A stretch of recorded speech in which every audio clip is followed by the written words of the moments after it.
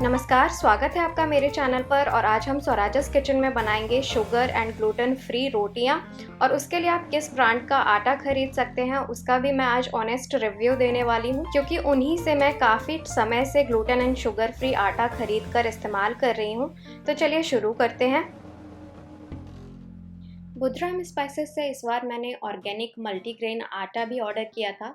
Sugar free और gluten free आटा तो मैं बहुत पहले से ही यूज़ कर रही हूँ, पर इस बार मैंने ऑर्गेनिक मल्टीग्रेन आटा भी यूज़ किया है। इसमें गेहूं के अलावा 8 अलग अलग ग्रेन्स इस्तेमाल किए जाते हैं, जिसमें सोया, चना, रागी, अलसी, बाजरा, मक्का, जौ और ज्वार इंक्लूडेड हैं। काफ़ी टाइम तक यूज़ करने के बाद यहाँ पर मैं रिव्यूज़ दे रही हूँ कि इनके प्रोडक्ट्स बहुत ही अच्छे होते हैं। मल्टीग्रेन आटे से तो जैसे आप नॉर्मल रोटियाँ बनाते हैं ना, बिल्कुल वैसे ही रोटियाँ बना सकते हैं।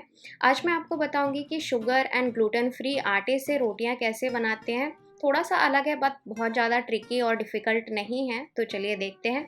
इस आटे को ऐसे ग्रेन्स को मिलाकर बनाया जाता है जो पूरी तरह से शुगर फ्री और ग्लूटेन फ्री हो। तो यहाँ पर मैंने 2 कटोरी भर के आटा ले लिया है। अब मैंने 1 ग्लास में यहाँ पर गर्म पानी ले लिया है। तो अब गूँथना शुरू करेंगे। बिल्कुल थोड़ा थोड़ा पानी डालें, जिससे कि अंदाज़ा लगा रहे। इससे क्या होगा कि आटा गीला नहीं होगा, इसीलिए थोड़ा थोड़ा करके ही पानी मिक्स करना है आटे में। नॉर्मल गेहूं के आटे से या फिर मल्टीग्रेन आटे से जब हम रोटियां बनाते हैं तो बड़े ही आराम से बन जाती हैं, लेकिन जब हम मक्के के आटे या ज्वार के आटे की रोटियां बनाते हैं तो वो बेलते टाइम टूट जाती हैं। तब हम क्या करते हैं, थोड़ा सा गेहूं का आटा उसमें मिक्स कर लेते हैं।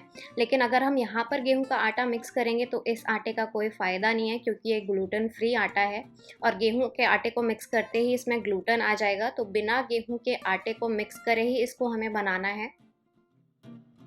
आप देख सकते हैं यहाँ पर कि मैं थोड़ा थोड़ा ही पानी आटे में मिक्स कर रही हूँ, तो थोड़ा थोड़ा पानी ही लीजिए और गूँथते चलिए। डायबिटिक पेशेंट के लिए तो ये आटा ठीक है ही। इसके अलावा मैं अपने घर में यूज़ कर रही हूँ, तो डाइजेशन प्रॉब्लम भी नहीं रहती है इस आटे को यूज़ करने के बाद।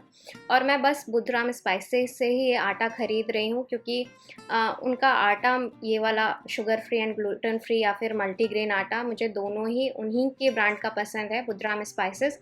तो अगर आप भी ख़रीदना चाहते हैं तो फ्लिपकार्ट पे इनके प्रोडक्ट अवेलेबल हैं, तो वहाँ से आप ऑर्डर कर सकते हैं। गेहूँ का इसमें बिल्कुल भी इस्तेमाल नहीं किया गया है, अलग ग्रेन्स का इस्तेमाल किया गया है, इसलिए इसका कलर थोड़ा-सा आपको अलग लगेगा, पर खाने में ये बहुत ही टेस्टी होता है। इस आटे को यूज़ करके एकदम गोल और सॉफ्ट रोटियां बने, उसका ट्रिक यही है कि नॉर्मल आटे से इसे थोड़ा सा ज़्यादा गूँथना होता है। मतलब मैंने सिर्फ 2 कटोरी यहाँ पर आटा लिया है, लेकिन कम से कम इसे आप 7 से 8 मिनट तक गूँथिए, तभी एकदम गोल और एकदम सॉफ्ट बनेगी। तो यहाँ पर मैंने 7-8 मिनट के लिए इसे बहुत ही अच्छे से गूँथ लिया है। आधे ग्लास से भी कम ही पानी का इस्तेमाल किया है मैंने। और ये देखिए, आटे को बहुत सॉफ्ट तरीके से लगा लिया है। तो चलिए अब लोइयाँ बना लेते हैं। छोटी या बड़ी लोइयाँ आप अपने हिसाब से बना सकते हैं। लोइयाँ बनाकर यहाँ पर मैंने तैयार कर ली हैं। तो अब इसे 10 से 15 मिनट के लिए रेस्ट के लिए छोड़ देंगे और उसके बाद रोटियाँ बनाएंगे। आटे को गूँथे हुए यहाँ पर 15 मिनट हो गए हैं, तो अब रोटियाँ बनाएंगे। परथन के लिए भी मैंने शुगर एंड ग्लूटेन फ्री वाला ही आटा यूज़ किया है, गेहूँ का आटा नहीं लिया है। तो चलिए अब रोटियाँ बना लेते हैं। तो सबसे पहले आप एक लोई लीजिए और उसे सूखे आटे यानी कि परथन में डिप कर लीजिए। चलिए अब फटाफट रोटियां बेल लेते हैं। तो रोटी बेलते समय इस बात का ध्यान रखना है कि बिल्कुल हल्के हाथ से रोटियों को बेलना है, वरना ये बीच में से टूट जाएंगी। तो कम प्रेशर डालिए, बिल्कुल हल्के हाथ से बेल लीजिए। ये देखिए, एक रोटी बन गई है। अब यहाँ पर तवे को मैंने पहले से ही गरम कर लिया था, तो तवा जब गरम हो तब रोटी को डाल देंगे तवे के ऊपर।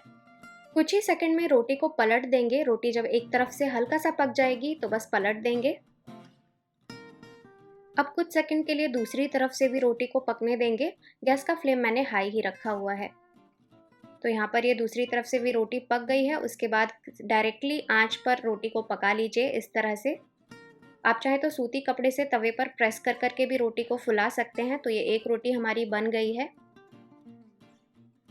बिल्कुल इसी तरह से मैं सभी लोइयों की रोटी बना लूँगी। तो बहुत अच्छे से आप लोई को सूखे आटे में डिप करिए, या जब भी ज़रूरत पड़े, जब भी जो लोई है वो फ्लोर पर चिपकने लगे, तब तब सूखे आटे में इसे डिप कर लीजिए और बिल्कुल हल्के हाथों से इसे बेल लेंगे। ये देखिए कितनी परफेक्ट रोटी बनकर यहाँ पर तैयार हुई है।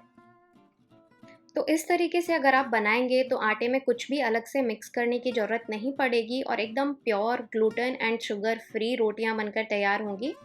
तो बिल्कुल पहले की तरह तवा गरम है। कुछ सेकंड के बाद जब रोटी एक तरफ से पक जाएगी तो हम पलट लेंगे रोटी को। अब दूसरी तरफ से जब रोटी पक जाएगी तो इसे मैं डायरेक्टली गैस के फ्लेम पर रख दूंगी, जिससे देखिए रोटियां बढ़िया से एकदम फूल जाएंगी। दूसरी रोटी भी बनकर यहाँ पर तैयार हो गई है। ये देखिए super soft and super healthy gluten and sugar free रोटियां यहाँ पर बनकर तैयार हो गई हैं, जो कि बहुत ही सॉफ्ट होती हैं खाने में। आप चाहें तो हल्का सा मक्खन या घी लगाकर इसके पराठे भी बना सकते हैं। दिखने में ये रोटियां कुछ ज्वार के आटे की रोटियों की तरह ही लगती हैं। गर्मा गर्म बनी इन रोटियों को आप किसी भी सब्जी या फिर चटनी के साथ सर्व कर सकते हैं। तो आई होप कि आपको आज की मेरी ये ग्लूटेन एंड शुगर फ्री चपातियों की रेसिपी पसंद आई होगी। अगर आपको आज का वीडियो पसंद आया हो तो वीडियो को लाइक कर दीजिएगा और अगले वीडियो का नोटिफिकेशन आपके पास पहुंच जाए उसके लिए चैनल को सब्सक्राइब कर लीजिएगा। Thank you.